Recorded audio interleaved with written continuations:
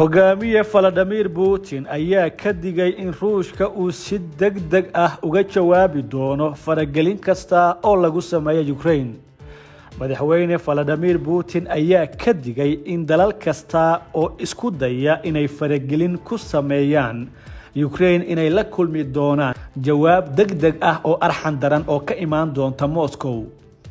isagoo la hadlaya sharci dejiyaasha Ruushka, madaxweyne Putin wuxuu sheegay in dhammaan go'aanada ku saabsan sida Kremlinka uu uga falcelinayo haddii ay dhacdo khatar amniga istiraatiijiyadeed uu qaadan doono go'aamo Moscow ka yimaada oo ay uga falcelin doonto daandaansiga dunida ee dagaalka Ukraine. haddii qof doonaya inuu farageliyo waxa hadda ka socda Ukraine, dibadda waa inay ogaadaan jawaabta Ruushku waxay noqon doontaa mid degdeg ah, waliba degdeg ah oo aan la dhayalsan doonin. waxaan haysanaa nuuc kasta oo qalab ah oo aysan reer galbeedku heli karin. kuma faani doono hubkayaga, laakiin waan isticmaali doonaa haddii loo baahdo. qof walbana waxaan rabaa inuu ogaado taas, ayuu si cad u yiri madaxweynaha waddanka Ruushka Vladimir Putin.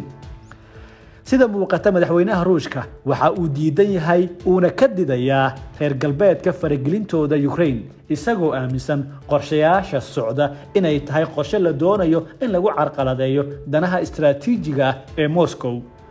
madaxweyne Putin waxa uu shacabkiisa u sheegay inaysan marnaba qalqal dareemin uu qarankoodu yahay mid xooggan oo caga adag ku taagan, cudud caafimaad qabtana haysta.